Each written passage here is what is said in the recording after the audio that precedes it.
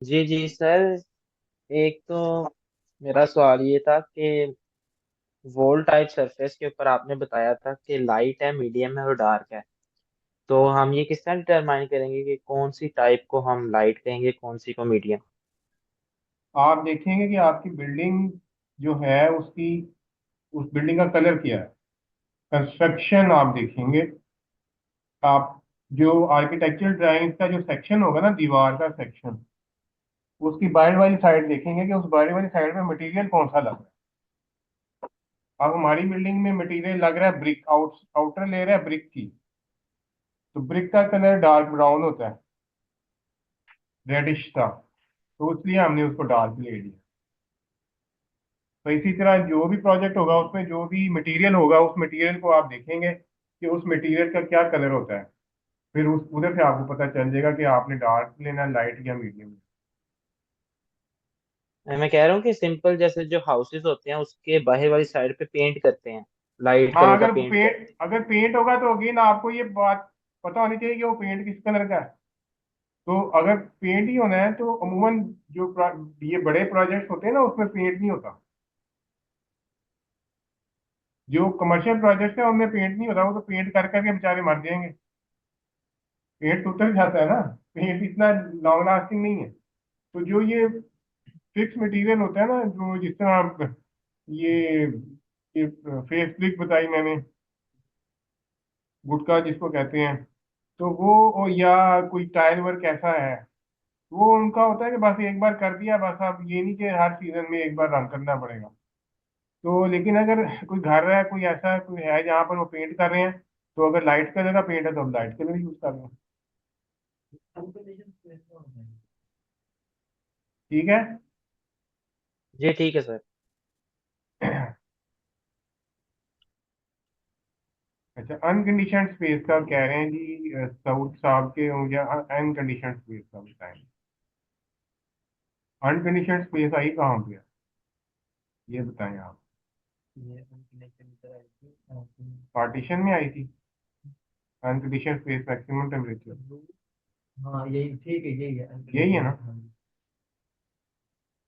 तो देखें हमारे पास इस बिल्डिंग में ना, ये जो बिल्डिंग है, ये बिल्डिंग का सेक्शन है। ये बताता है कि आपके पास कितनी स्टोरीज है। तो हमारे पास ये जो बिल्डिंग है, ये है बिल्डिंग लोअर बेसमेंट से शुरू हो रही है। उसके बाद अपर बेसमेंट है, फिर ground floor, first, second, third, fourth और फिर fifth floor. Fifth is our room. ठीक है जी। हम जो जिस फ्लोर का कर रहे हैं ना, हम कर रहे हैं थर्ड फ्लोर का। ये थर्ड फ्लोर, दिस वन। अब थर्ड फ्लोर से नीचे एक सेकंड फ्लोर है और उसके ऊपर एक फोर्थ फ्लोर है। तो क्या सेकंड फ्लोर एयर कंडीशन है या नहीं है? एयर कंडीशन है। ओके। और फोर्थ फ्लोर है या नहीं? वो भी एयर कंडीशन है। तो एक सिनेरियो ये है। दूसरा सिनेरियो ये हो सकता है कि फोर्थ फ्लोर इस वक्त एयर कंडीशन नहीं। फोर्थ फ्लोर अभी ऑक्यूपाइड नहीं है। तो उस वक्त क्या होगा, थर्ड फ्लोर जब ऑक्यूपाइड हो जाएगा तो फोर्थ फ्लोर ऑक्यूपाइड नहीं है, तो उधर एयर कंडीशन नहीं चल रही। तो उधर से हीट ट्रांसफर होगी, क्योंकि वो अनकंडीशन है, उसका टेम्परेचर ज्यादा होगा। तो इसलिए ऊपर वाला एरिया हमें अनकंडीशन यूज। ठीक हो गया। अगर फोर्थ फ्लोर एयर कंडीशन होता तो फिर हम इसको, इसकी कोई एंट्री ना था। ठीक हो गया, और बताएं। अच्छा वो आपने कहा था कि वो बताएंगे कि इंस्टॉलेशन के स्पेसिफिक हीट कहाँ से रहते हाँ, हैं। वो मैं बताता हूँ। ठीक है। इंसुलेशन के हवाले से आपका भी एक सवाल था, वो याद रखिए। देखिए, इंसुलेशन अगेन आपको आर्किटेक्ट से डिस्कस करना पड़ेगा कि आप हमें इंसुलेशन कौन से यूज कर रहे हैं। ठीक है। तो अगर वो कहेगा मैं थर्मोकोल यूज कर रहा हूँ, तो तब अगर वो कहेगा मैं जम्बोलॉन यूज कर रहा हूँ, तो तब जो भी होगा आप उससे पूछेंगे कि हमें मटेरियल बताएं कौन सा है। क्योंकि हर इंसुलेशन की thermal conductivity, heat resistance value जो है वो डिफरेंट है। तो इस केस में हमने जब उनसे पूछा था तो उन्होंने कहा कि हम थर्मोकोल यूज करेंगे। प्रोजेक्ट्स पे मेनली थर्मोकोल ही यूज होती है। सॉरी थर्मो को कह रहा हूँ, जेमोलॉन। तो जेमोलॉन का हमने लिटरेचर इंटरनेट जेमोलॉन की वेबसाइट से डाउनलोड कर लिया था। वो कुछ इस तरह से, वो आपको लिटरेचर दिखाते हैं उसका। तो मैंने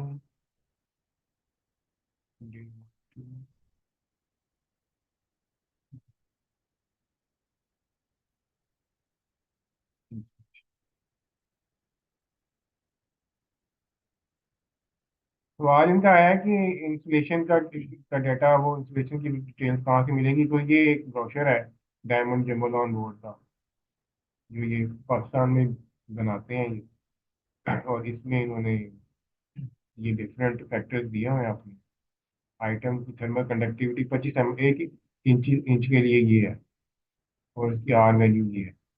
ये यहाँ से हमने उसको वहां पर ये देखें, ये 25 mm है ना, इसकी आर वैल्यू है 5। 1 इंच की हमारे पास 2 इंच इंसुलेशन है, तो हमने 10 mm 10 ये वैल्यू यूज किया, 10 BTU। ये स्क्वायर फुट आर फारेनहाइट पर BTU इंचज, ये इसका यूनिट है। तो हमने 10 यूज किया, तो ये यहाँ आपको नजर आ जाएगी। ये जो 10 है ये यहाँ पे, ठीक है जी। ओके हो गया, सवाल आंसर हो गया आपका। अच्छा, आपका शायद क्या सवाल था? हाँ, फॉल सीलिंग जो हमारी हम करते हैं, हाँ जी, उसको कंसीडर करते हैं हम। उसको कंसीडर हम यहाँ पर करते हैं, ये जनरल के अंदर यहाँ पर एवरेज सीलिंग हाइट। जो सीलिंग से अबव पार्ट है उसके लिए ये किया था हमने, कि वो उसको हमने दीवार का हिस्सा कंसीडर कर दिया। 16 फुट पूरी हमारी हाइट है ना, floor to floor height 16 foot है। तो हमने 16 फुट की 16 फुट को दीवार कंसीडर कर लिया था, जिस कमरे की ये दीवार है 16 फुट ऊंची। ठीक है, तो वो पूरी हमने कंसीडर कर ली, ये पूरी एक्सटर्नल वॉल। अब वो क्या रहा होगा प्रैक्टिकली, कि 10 फुट तक फॉल सीलिंग है, उसके ऊपर तकरीबन 4 साढ़े 4 फुट पे ऊपर सीलिंग वाइड है। ठीक है ना, तो वहां बाहर से हीट जो आएगी वो सीलिंग वाइड के अंदर आ जाएगी। ठीक है, तो फिर वहां से कहाँ जाएगी? जाहिर बात है वो रूम में ही आएगी। ठीक है ना, तो इसलिए हमने उसको इग्नोर कर दिया, उस फीलिंग को, और हमने वो पूरी दीवार अपने एक्सटर्नल वॉल के अंदर डाल दी। ठीक है, इस तरह से वो जो हीट है वो अल्टीमेटली हमने कंसिडर कर लिया कि वो दीवार से हमारे रूम में आ गई, अल्टीमेटली उसने आना तो रूम में ही। ठीक है, ओके। और बताएं, है R value, resistance value. R value जो होती है, ये हर रेजिस्टेंस के, वो हीट को कितना रेजिस्ट कर रही है ट्रैवल करने। जैसे मेटल है, पर एक मेटल की दीवार, तो वो ज्यादा गर्म होगी, उसमें वेट बढ़ेगा, ज्यादा ही ट्रांसफर करेगी ना। तो उसकी बजाय अगर आप लकड़ी की दीवार बनाएंगे तो वो कम करेगी। तो इसमें दोनों में फर्क क्या हुआ? दोनों की थर्मल कंडक्टिविटी फर्क है। थर्मल कंडक्टिविटी हीट को कंडक्ट करने की कैपेबिलिटी जो है, दैट इज थर्मल कंडक्टिविटी। हाँ जी, ये उसको कंडक्ट करने की है, और तो उसको रेजिस्ट कर रही, उसको रिवर्स जो है वो उसके। तो जिसकी कंडक्टिविटी ज्यादा होगी उसकी रेजिस्टेंस कम है, तो कंडक्टिविटी ज्यादा है। और जिसकी कंडक्टिविटी कम है, तो वो कम क्यों है? क्योंकि रेजिस्टेंस उसकी ज्यादा है। ठीक है, so that is resistance to thermal flow. ठीक है, to heat, heat transfer, resistance to heat transfer. Okay, हम लोग जी, आप में से किसी का सवाल? और साउथ हम्म, दो वॉल्स हैं हमारे पास। हम्म, तो उसके बाद आगे आपने एक वॉल और ऐड की है एक्सटर्नल वॉल से, ये इस नॉर्थ वाली वॉल का डाटा उसके अंदर लेते हैं। मैं बताता हूँ। तो साउथ वाली वॉल का भी तो डाटा हाँ, होगा। मैं बताता हूँ। ये इस पे क्लिक करें, ये आपको थोड़ा सा व्हाइट हुआ लग रहा है? नहीं लग रहा है? ये देखिए आप, इस पे क्लिक किया ना, ये इसके रिलेटेड ये डिटेल आ रही है 1 एन। ठीक है, ठीक है ना, ये इसका डाटा चल रहा है, इसमें ये एक्सटर्नल वाल उसी में विंडो है, उसी में ही शेड है। उसी में ही है, इसमें ठीक शेड है। नहीं हमने कुछ। ठीक ये 2 पे क्लिक करें तो आपने साउथ कर दिया। है। ओके। वो कहता है ये भी, इसमें भी डिटेल वही लगी हुई है। अगर यहाँ पर मल्टीपल वॉल्स होती तो फिर हमें देखना था कि एग्जैक्टली वही वॉल की डिटेल इसमें भी आ रही है या नहीं आ रही। ठीक। ठीक है, इसमें विंडो लिखी हुई आ रही है, लेकिन यहाँ क्वांटिटी दी है। ठीक है ना, तो इसको चाहे तो यहाँ पर नन कर लीजिए, इससे कोई फर्क नहीं पड़ेगा, क्योंकि यहाँ पर ऑलरेडी 0। हाँ, विंडो कोई नहीं है। ठीक है। सर मेरा एक और सवाल है। इसमें हमने दी है कंस्ट्रक्शन। तो अगर दोनों की कंस्ट्रक्शन सेम है तो दोनों का नाम सेम रख सकते हैं, वही नाम है, ये एक ही होगा। ये जब हम इस पे देखते हैं तो एक वॉल क्रिएट हुई, वो जो कंस्ट्रक्शन है उसे सेव कर लिया उस कंस्ट्रक्शन को, और उसको एक नाम हमने दिया एक्सटर्नल। ठीक है, अब जितनी जगहों के ऊपर फर्दर यही कंस्ट्रक्शन होगी, हम इसी को यूज करते हैं। एक अगर नई कंस्ट्रक्शन आ जाएगी तो एक नई दीवार बना के उसका नया नाम है। जी, कोई सवाल है ऑनलाइन? जी, ये एक और सवाल मेरा है कि हमने एम्बिएंट टेम्परेचर जो लिया है वो 112 लिया है, और उसके बाद जो अनकंडीशन रूम का हमने लिया था कि 10 कम कर लिया था, 102 कर लिया था। तो ये कोई रूल है या बस एक्सपीरियंस है, हमें पता है कि हाँ, ये 10 कम एक्सपीरियंस होता है? जनरली 10 डिग्री कम यूज करते हैं।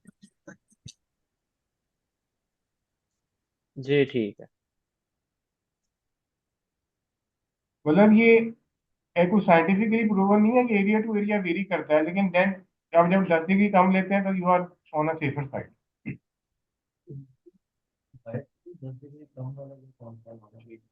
ठीक है, बात क्लियर होगी? जी सर, हो गया। ओके। ये इनका सवाल है, 10 डिग्री कौन से वाला कह रहे हैं कि मुझे जरा क्लियर नहीं हो रहा। देखें, ये कमरा हमारा एयर कंडीशन होना है। सर एक सवाल है। जी जी, आपका सवाल लेते हैं अभी जरा। जो फिजिकल है उनका सवाल है, ये वो मैं आंसर कर रहा हूँ। देखें, ये कमरा है, इधर हमने करना है लेट्स से 72 फ़ारेनहाइट। बाहर टेम्परेचर है 112 फ़ारेनहाइट। तो ये जो कम एरिया होगा, ये वाला एरिया, ये ये कितने टेम्परेचर पे हो? ऊपर वाला एरिया जो कि एयर कंडीशन नहीं है, इसकी दीवारें बंद है, इस पे डायरेक्ट सूरज भी नहीं पड़ रहा। समझ लें ये एक छांव वाला एरिया है। जस्ट लाइक आप समझ लें कि आप फर्स्ट फ्लोर पे अपने घर के, और छत पे आपने एक कमरा बनाया। ठीक है, अभी आप छत पे गए तो छत पे आपको गर्मी महसूस हो गई। अब आप उस कमरे, उस वो स्टोर टाइप का कमरा है, उसके अंदर आप चले। तो अब उस कमरे के अंदर क्या बाहर के टेम्परेचर ज्यादा होगा या कम होगा? स्लाइटली कम। तो वो कितना कम होगा? एक तरीका तो यह है कि हम कोई सी एक जगह का मेजर कर लें, और वो हमारे पास रेफरेंस पॉइंट हो गया। तो जनरली देखा गया है कि तकरीबन 10 डिग्री, 10 से 15 डिग्री का फर्क होता है। ठीक है, तो हमने 10 डिग्री यहाँ पर ज्यादा होगा जी, एग्जैक्टली। ठीक है जी, सही साहब, आपका सवाल। सर ये जैसे अवैध की बात की कि एम्बियंट, आप बोले कि एम्बियंट से 10 डिग्री कम लेते हैं जो अंदर की स्पेस का टेम्परेचर होता है। तो ये हम नॉर्मली अभी जैसे एफडी के साथ काम कर रहे हैं ना, तो ये कहते हैं कि एम्बियंट से जो है ना वो 2 4 4 डिग्री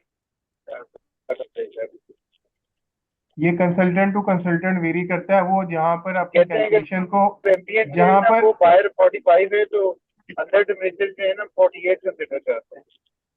ये consultant to consultant, experience to experience vary करता है। वो जहाँ पर अपनी कैलकुलेशन को सेटिस्फाई समझेंगे वो वहां पर ले लेंगे। मैं जो प्रैक्टिस करता हूँ, मैं वो आपको प्रैक्टिस बता रहा हूँ। हमने जो ये 10 डिग्री है, ये हमने किताबों में भी पढ़ा है, लेकिन ये उनकी अपनी प्रेफरेंस भी होती है। अगर मैं चाहूँ कि मैं इसको 112 ही ले लूँ तो मैं 112 भी ले सकता हूँ। मैं इसको 112 भी ले सकता हूँ। मुझे ये स्पेस डिटरमिन करनी है कि इस स्पेस में जो कितनी खिड़कियां हैं, बाहर से कितनी गर्म हवा इसमें आ सकती है। फर्ज करें ये ऊपर वाला फ्लोर है, इस फ्लोर इसमें बिल्कुल इनक्लोज्ड है, बिल्कुल बंद है, इसमें खिड़कियां भी लगा दी हुई हैं। ठीक है, तो तब इसका टेम्परेचर और होगा। और अगर इसकी खिड़कियां लगाए बगैर इसको छोड़ दिया गया है तो फिर इसका टेम्परेचर और होगा। समझ रहे हैं बात? फर्क है ना दोनों में। बस यही बात है, वो इसका टेम्परेचर सर 112 भी ले सकता हूँ। इट इज इंजीनियर जजमेंट के वो अपनी कैलकुलेशन में क्या यूज करते सर मैं कह रहा था जैसे आप कह रहे हैं ना कि एम्बियंट से तो कम नहीं होगा अंदर का टेम्परेचर ना, तो वो मैंने देखे एफएनडी वाले जो है ना, अंदर का टेम्परेचर एम्बिएंट से जो है ना वो 2-3 डिग्री ऊपर लेते हैं। ये आप तो एफएनडी कहते वालों हैं से फैन, पूछे। जैसे फॉर एग्जाम्पल अगर ये आप एफएनडी वालों से पूछे ना, मैं एफएनडी के डिजाइन का जवाब नहीं जी, दे सकता।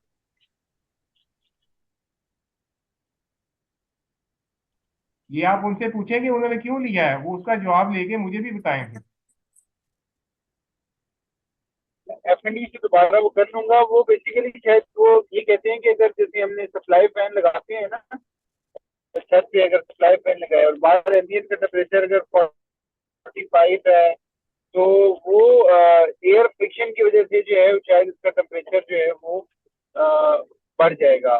45 से जो है ना वो फिर वो प्लस हो जाएगा, क्योंकि उसमें एयर फ्रिक्शन और वो चीजें आ जाएंगी।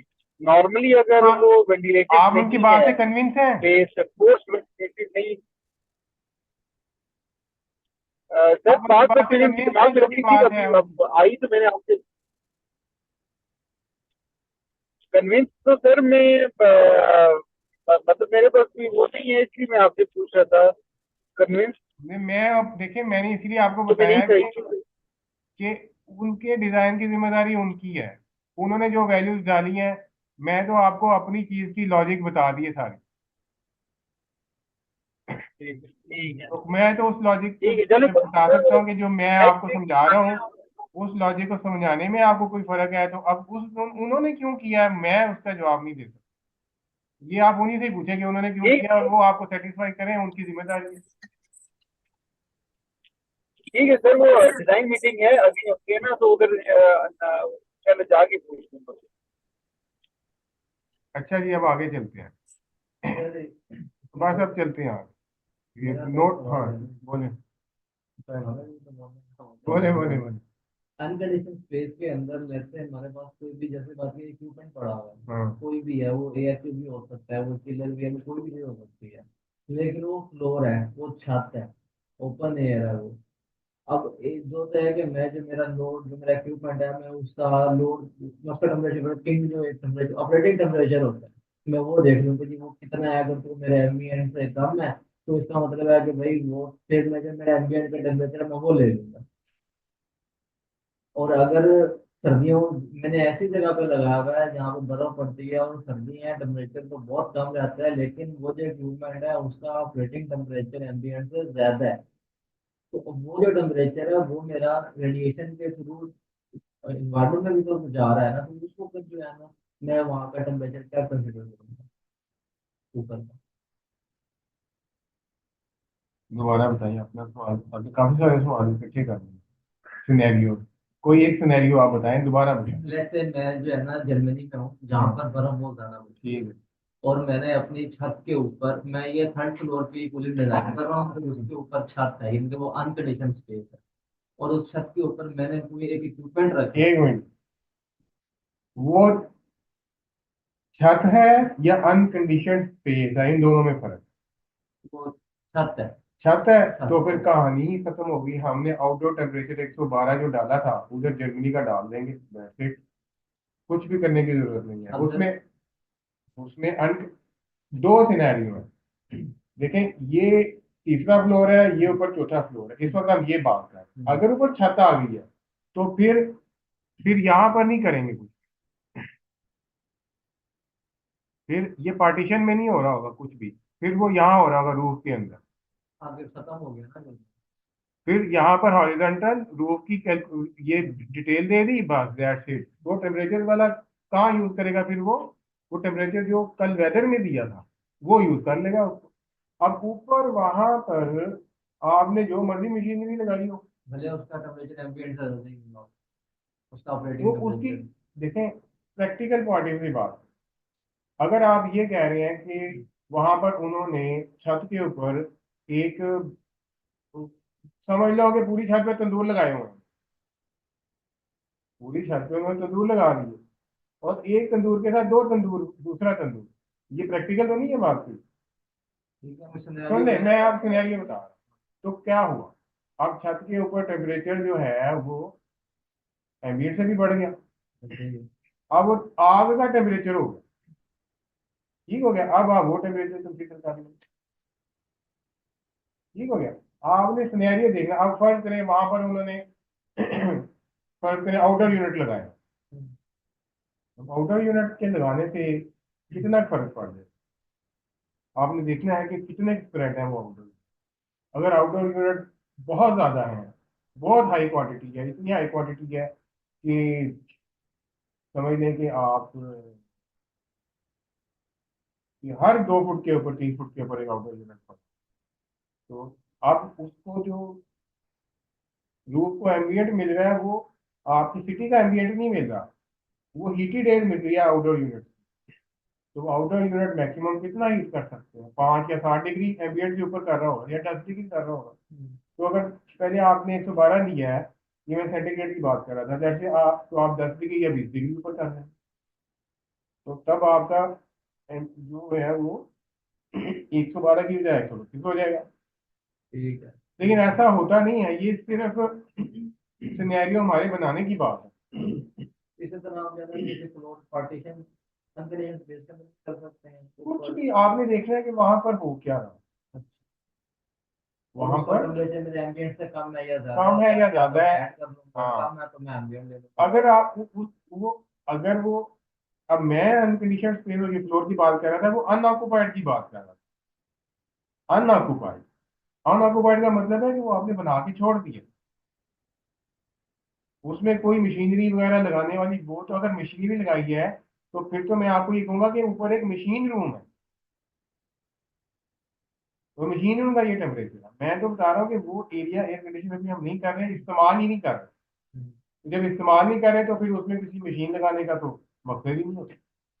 लेकिन अगर कोई मशीन लग गई है तो फिर वो एक मशीन रूम बन गया, ये जो भी उसको कमरे का नाम। अब आप देखेंगे कि वो मशीन की वजह से सराउंडिंग में कितनी हीट जा रही है, वो जितनी हीट जा रही है उसको आप असेस कर लीजिए, उसकी कैलकुलेशन हमारे पास नहीं है, वो आपकी जजमेंटल है कि अब वो बाहर जो है 112 है, अंदर क्या 112 होगा या नहीं होगा। 112 से क्या उसकी हीट इतनी है तो 112 से इंक्रीज हो जाएगी, उसकी भी आप अलग कैलकुलेशन कर सकते हैं। जी बताओ। मेरा चौथा फ्लोर है, इसके ऊपर वाला, उसके ऊपर मैंने फ्लैट देखिए चिलर रखा हुआ है, और चिलर का टेम्परेचर मेरा जो है ना वो एम्बियंट जो बाहर टेम्परेचर है उससे कम है। तो मैं देखूंगा कि मेरी हीट बाहर से अंदर इस चौथे फ्लोर में तो ट्रांसफर होनी ही होनी है, क्योंकि चिलर का टेम्परेचर कम है और बाहर का ज्यादा है। तो मेरे पास नीचे में मुझे इम्पैक्ट आएगा, वो एम्बियंट का भी होगा और चिलर का भी होगा, दोनों इम्पैक्ट आएंगे। लेकिन इस तरह से कैलकुलेशन नहीं होती प्रैक्टिकली, इसमें थोड़ा सा आपका जो बैकग्राउंड एजुकेशन है ना उसका भी इम्पैक्ट है। आप भी इलेक्ट्रिकल इंजीनियर हैं, तो आप वो काम कर रहे होते हैं जो नजर नहीं आ रहा, बिजली नजर तो नहीं ना आ रही, ठीक है ना, तो आप छोटी छोटी चीज पे वो भी आपकी नजर है, आपकी जो एजुकेशन है, जो आपका एक्सपीरियंस है, उसमें वो चीज फीड है, मतलब वो आपके डीएनए में समझिए शामिल हो चुकी है वो चीज। तो इसमें हम बहुत सी जगहों के ऊपर हम देख रहे होते हैं कौन सी चीज कितनी क्रिटिकल है। हमने यहाँ पर साइंटिफिक कैलकुलेशन नहीं करनी, जो हम HVAC कूलिंग और कैलकुलेशन करते हैं, ये साइंटिफिक कैलकुलेशन नहीं होती, this is estimated calculation, these are our best estimate पे लोड इतना होगा। ये बात आपने याद रखनी, और ये आपको मतलब बहुत कम लोग बताएंगे जिनको वाकई पता है कि कूलिंग की लोड कैलकुलेशन होती क्या है, ये सॉफ्टवेयर चलाना काम नहीं है। ये this is the best estimation. अब बिल्डिंग का लोड आपसे पूछा जाए कि इस बिल्डिंग का कितना लोड है, आप बता देंगे, मतलब कोई तो फिगर बताएंगे ना, लेकिन क्या जब बिल्डिंग बनेगी उतना ही लोड वेरिएशन तो होगी ना।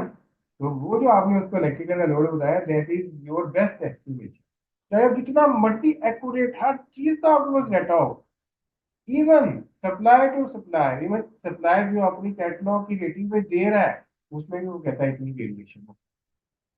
नहीं, बस यही बात है कूलिंग और कैलकुलेशन में, this is our best estimation. और ये जो आप कह रहे हैं अंदर चिलर पड़ा होगा, ये इग्नोरेबल थिंग है, इनको हम नहीं कर सकते, इसका कोई खास इम्पैक्ट नहीं होता। इवन ऐसे एरिया जहाँ पर प्लांट रूम छत के ऊपर भी हो, वहां पर भी कोई खास इम्पैक्ट नहीं होगा, वहां पर भी कोई खास इम्पैक्ट नहीं होगा, क्योंकि वो हवा से वो एयर उड़ जाएंगे, मतलब जो वो गर्म हवा है वो गुजर जाएगी, वो जो हवा चल रही है वो उसको ले जाएगी, उसका कोई बहुत ज्यादा इम्पैक्ट नहीं आएगा। ठीक है ना। प्लस हम अपनी कैलकुलेशन में सेफ्टी फैक्टर भी रखते हैं।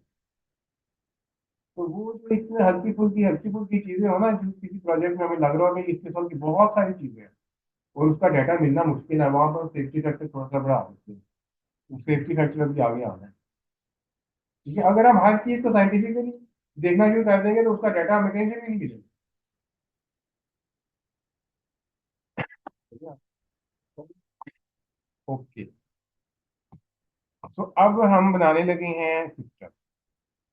अब सिस्टम में ये जो लोड हम एक स्पेस बना दी है, अब फर्स्ट करें दूसरी स्पेस बनानी है ना आपने, तो इससे राइट क्लिक करें और इसको डुप्लीकेट कर।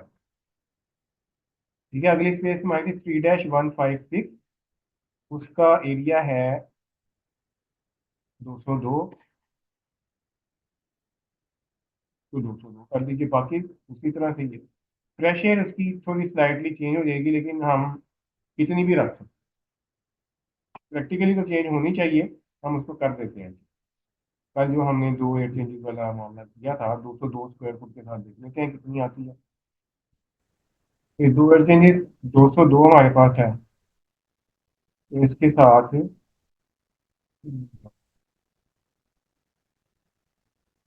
67.3 pfm इसके प्रेशर के आप, तो हम यहाँ पर 67.3 pfm इसके साथ।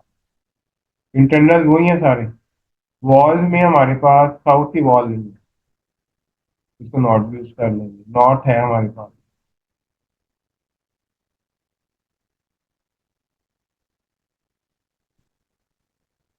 नॉर्थ 201।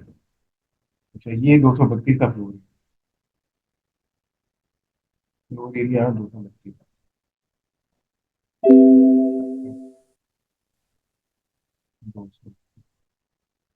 277 वॉल में ये नॉर्थ 202 है, बाकी सारा कुछ वही है। इधर देखे ना, रूफ उसमें ले ली थी, फिर उसमें रूफ नहीं थी उसमें, तो नॉर्थ यूज करें। लोअर अबव कंडीशन, ये 232, ये सारा उसी पे है। इसको करेक्ट कीजिए जहाँ पे यूज जो आपको बताते हैं इसको कर लीजिए, इसको नॉट यूज करें। ओके। ये दो स्पेसिस, इसी तरह आप सारी स्पेसिस का डाटा इसमें फीड कर दें। ठीक है, कॉपी करके एडिट कर दें। अब फिर आप सिस्टम में गए। सिस्टम में हमने अब सेलेक्ट करना है कि कौन सा सिस्टम होगा, ये आपको पहले डिसाइड करना पड़ेगा कौन सा सिस्टम लगाना है। ठीक है ना। अच्छा, अब ये आप ऐसे ही नहीं डिसाइड कर सकते, फ्रेश इंजीनियर तो नहीं डिसाइड कर सकते, तो उसका सीनियर ही उसको बताएगा कि क्या चीज लगेगी यहाँ। ठीक है, तो आपने AHUs लगाने हैं, चिलर सिस्टम वाले लगाने हैं या कंडेंसिंग यूनिट वाले लगाने हैं। अगर साइज बड़ा है बिल्डिंग का तो कोशिश करें कि चिलर सिस्टम हो जाए, साइज छोटा है तो कंडेंसिंग यूनिट वाले लग जाए। ठीक है, तो हम यहाँ पर AHU लगाए, हॉस्पिटल में जनरली AHUs ही लगते हैं। तो अब मैं कुछ एंट्रीज करने जा रहा हूँ, उसमें कुछ वैल्यूज ऐसी हैं कि वो हम एक्सपीरियंस की बेस के ऊपर हमने वो चीज़ें डालनी होती हैं, वो वैल्यूज, मतलब हमने डिफरेंट कुछ चीज़ें किताबों से लेके कुछ अपने प्रीवियस प्रोजेक्ट्स की बेसिस के ऊपर हमने वो एंट्रीज करनी होती। ठीक है, तो वो आपके लिए एक रेफरेंस पॉइंट होगा कि इस प्रोजेक्ट में कहीं सा हमने हॉस्पिटल के प्रोजेक्ट में ये वाली एंट्री यूज की थी, उनकी कुछ ना कुछ बेसिस होंगी, वो भी आपके साथ डिस्कस हम करें। ठीक है, जब क्वेश्चन एंड आंसर होगा तो अब देखें इसमें कुछ एंट्रीज होने लगी। AHU है, हमने कहा ये AHU 1। इक्विपमेंट टाइप हमने कहा कि चिल्ड वाटर वाला AHU हम लगा रहे हैं, और सिस्टम टाइप में CAV, constant air volume single zone. System components में गए, वेंटिलेशन एयर हमने देखी, इसमें कोई चीज चेंज नहीं करनी है हमने, सिर्फ इसको अनऑक्युपाइड डेम्पर पोजीशन ओपन कर, और कुछ भी आपने चेंज नहीं करना है। यहाँ पर सेंट्रल कूलिंग पे क्लिक करना है, और यहाँ पर सप्लाई टेम्परेचर जो है 55 का। ये वो टेम्परेचर है कि आपकी स्पेस में जो हवा, ठंडी हवा निकल रही होगी, उसका टेम्परेचर क्या होगा, उसका टेम्परेचर क्या होगा। वो हम जब स्टार्ट करते हैं तो पहला टेम्परेचर 55 रखते हैं, आर्बिट्रेरीली, ठीक है। उसके बाद में इसको फाइन ट्यून करें। इस वक्त हम 55 रखें, बस आपने और कुछ भी नहीं करना है। सेंट्रल हीटिंग हम नहीं करना चाह रहे, हम इसको ऑफ कर देंगे, सिर्फ कूलिंग कर। सप्लाई फैन जो है इसमें पंखा, पंखे में हम फैन टाइप जो है वो यहाँ से हम सिलेक्ट कर लेंगे।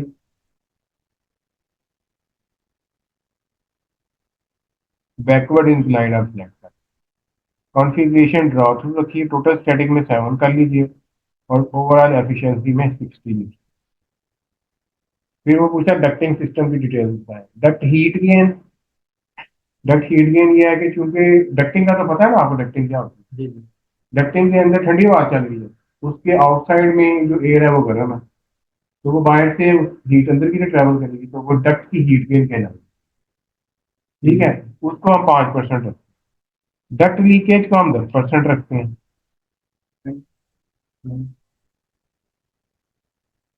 कम ज्यादा भी हो सकता है, ठीक है। ये कम ज्यादा भी हो सकते हैं, ये ऐसी चीज नहीं है कि आपके लिए इतना ही है। अब ये हर हर कंसल्टेंट की अपनी प्रैक्टिस है, ठीक है। तो डक्ट लीकेज 5% भी रख सकते हैं, 10 भी रख सकते हैं, लेकिन सेफर साइड पे आप 10 ही रखें, क्योंकि जब साइड पे आप जो प्रोजेक्ट पे हैं, जब बैलेंसिंग करेंगे तब आपको पता चलेगा कि डक्टिंग पीछे से हवा कितनी आ रही है और आगे कितनी पहुंच रही है, डिफ्यूजर में कितनी आ रही है। अभी तो आपने टकटका के ऊपर इंसुलेशन चढ़ा दी है। अब जब आप बैलेंसिंग करेंगे, जब वो बैलेंसिंग टीम आएगी तो वो जब मैयत करेगी ना, वो एएचयू पे भी मैयत करेगी और आगे टर्मिनल पे भी मैयत करेगी, करेगा।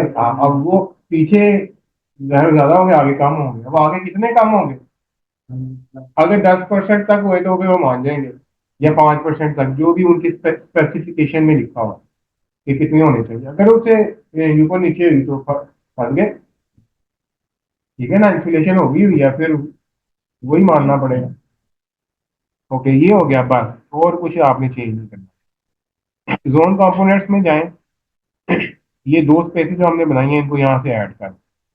थर्मोस्टेट में जाएं, यहाँ आपने लिखना है 72, इधर लिखना है 82, इधर 71 और इधर 61। यहाँ पर 1 लिखना है। थर्मोस्टेट शेड्यूल में क्रिएट न्यू शेड्यूल करेंगे, तो इसको थर्मोस्टेट कर दीजिए, बस ओके कर दें। और कुछ नहीं छेड़ना। साइजिंग डाटा में जाइए और कूलिंग सेफ्टी फैक्टर यहाँ आ गया। कूलिंग सेंसिबल में 15% डाल दें, लेटेंट में भी 15% डाल दें, और ये वैल्यू इसी तरह से रहेंगे, बस ओके कर दें। ये एएचयू की हमने कुछ एंट्रीज की हैं, एएचयू की हमने कुछ एंट्रीज की हैं कि आगे सिस्टम किस तरह से चलना है, उसकी बेसिस के ऊपर की है, ठीक है। तो ये एंट्रीज हो गई। अब यहाँ पे जाके ये एक बटन दबाएंगे हम, ये कैलकुलेशन का बटन। अब ये कैलकुलेशन शुरू कर दिया इसने, बस। और फिर ये आपने प्रीव्यू करना।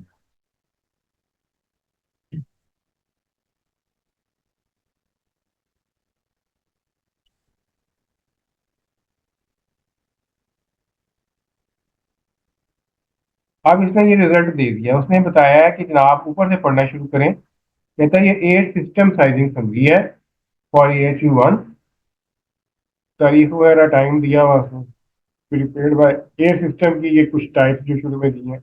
इसमें कितना फ्लोर एरिया आ रहा है? 473, दोनों कमरों का मिला। लोकेशन क्या है? पिशावर पाकिस्तान। साइजिंग कैलकुलेशन जनवरी से दिसंबर तक आपने कैलकुलेशन, ठीक है जी। नीचे आए, इसको इग्नोर कर दो। कूलिंग कॉयल की डिटेल आ गई। कहता है आपका टोटल कॉयल लोड जो है वो 3.9 टन आ, तो दो कमरों का तकरीबन 4 टन लोड आ, 3.9 टन, ठीक होगी बात। उसमें सेंसिबल लोड कितना है?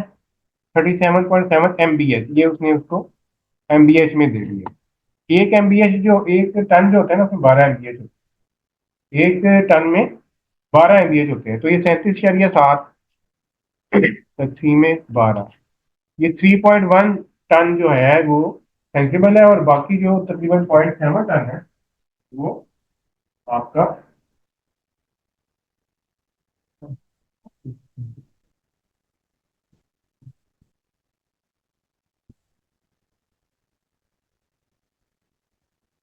सेंसिबल का वो पढ़ा कि डेफिनेशन काफी इससे पढ़ने को भी। सेंसिबल होता है जी, सही भेज रहे हैं जी, सही साहब अभी आते हैं आप। सेंसिबल होता है कि ऐसा ऐसी हीट जो कि टेम्परेचर को इंक्रीज करने का सबब है। अच्छा। और अगर ऐसी हीट ऐसी हो जो कि मॉइस्चर को भी ऐड कर रही हो तो वो हीटेड होती है। अब हमें मॉइस्चर होता है तो, लेकिन आप मेजर करेंगे तो आपको टेम्परेचर तो सेंसिबल ही मिलेगा ना, जो आप फील कर रहे हैं सेंस कर। लेकिन जब हमने कूलिंग करनी होती है तो उसमें मॉइस्चर भी हम देखते हैं। ये जो आपका एसी है वो, आप देखते हैं कि वो उसमें से ड्रिप ड्रेन निकल रही होती है, वो उसका लेटेंट लोड है, वो उसका मॉइस्चर रिमूव कर रहा है, वो उनके कंफर्ट अचीव। अच्छा, ये मैं आपको बता रहा था, सही साहब आपका सवाल लेते हैं अभी। तो ये कूल लोड आ गया हमारे पास, और ये उसने बताया कि कितने बजे लोड है, जुलाई को दोपहर 3 बजे। कॉइल की एंटरिंग कंडीशन क्या होंगी, लीविंग कंडीशन क्या होंगी, ये उसने बता दिया। और रिजल्टिंग रिलेटिव ह्यूमिडिटी हमारे स्पेस में 43% रिलेटिव ह्यूमिडिटी। प्रेशर कितनी चाहिए, 158। दोनों कमरों में सीएफएम कितने कितने चाहिए मैम शायद, दोनों कमरों में सीएफएम कितने कितने चाहिए, वो तो प्रेशर के साथ सप्लाई ईयर की कितनी, ये आ जोन 1 में एक 3-154 में 694 चाहिए, और 156 में 616। एयर की क्वांटिटी देखें, जिस कमरे में एक्सटर्नल वॉल नहीं थी, वो साउथ वाली नहीं थी, उसमें कम किया था, अंडरस्टैंडेबल है। दूसरी जिसमें साउथ की वॉल थी, साउथ की या west की? साउथ की, उसमें उसमें ज्यादा। ये वो असल में मुझे लगता है वो साउथ वॉल नहीं है, वो साउथ वॉल लिखा तो साउथ ही था हमने, लेकिन ये असल में ये साइड जो है ना ये वेस्ट है, उधर गलती से साउथ हुई है, ये साउथ में पता नहीं क्यों लिखा हुआ है, ये वेस्ट था। मैं इसलिए बार बार वेस्ट कह रहा था क्योंकि इधर तो साउथ ही था, आप अपनी जगह ठीक कह रहे हैं, इसको करेक्ट करेंगे हम। ये साउथ में ये वेस्ट। अब आपको ये भी पता चल जाएगा कि साउथ और वेस्ट वॉल में कितना फर्क पड़ता है। सिर्फ अगर आपने वॉल की डायरेक्शन ही अगर चेंज कर दी तो कितना फर्क पड़ेगा, बहुत ज्यादा तो नहीं फर्क पड़ेगा, लेकिन कुछ ना कुछ तो पड़ेगा। ये 508 हो गए हैं, बढ़ गए हैं। जी सही साहब, नो इट्स योर टर्न। जी सर, मैं ही कह रहा था, एक हॉल है ना, लंबा अगर हॉल है, ठीक, 100 मीटर का हॉल है फॉर एग्जाम्पल। अब वो वहां पे जो है वो तीन तरह के इक्विपमेंट्स पड़े हुए हैं। एक फॉर एग्जाम्पल शुरू में पड़ा है, फिर बीच में पड़ा है, फिर लास्ट में पड़ा है। तो उस पूरे हॉल को 100 मीटर बाय 50 मीटर या 12 मीटर या जो भी है उसकी डायमेंशन है, उसको पूरा as a one room consider करेंगे, या उसमें जोन करके हम ये अपना कूलिंग लोड निकालेंगे। हाँ ठीक है, ये जैसे आपका सीपीपी हॉल में हुआ था। जी जी जी जी जी, बिल्कुल ऐसे ही। उसमें हम उसको इमेजिनरी पार्टीशन कंसीडर कर लेंगे, 3 जोन अलग अलग बनाएंगे उसको तीन ठीक है, डिफरेंट। सही, इमेजिनरी पार्टीशन कर लेंगे, हाँ, ठीक है। उसको उसको 3 डिफरेंट स्पेसिस कंसीडर करेंगे अपनी कैलकुलेशन में। हाँ ठीक है सर। और सर ये एच यू का स्केड्यूल फिर अभी आप नेक्स्ट उसमें बताएंगे। ये जो रिपोर्ट निकली है ना, जो जी जी। इस रिपोर्ट से ही हमने वैल्यूज उठा के टेबल में डाल देंगे तो एएचयू का शेड्यूल बन जाएगा।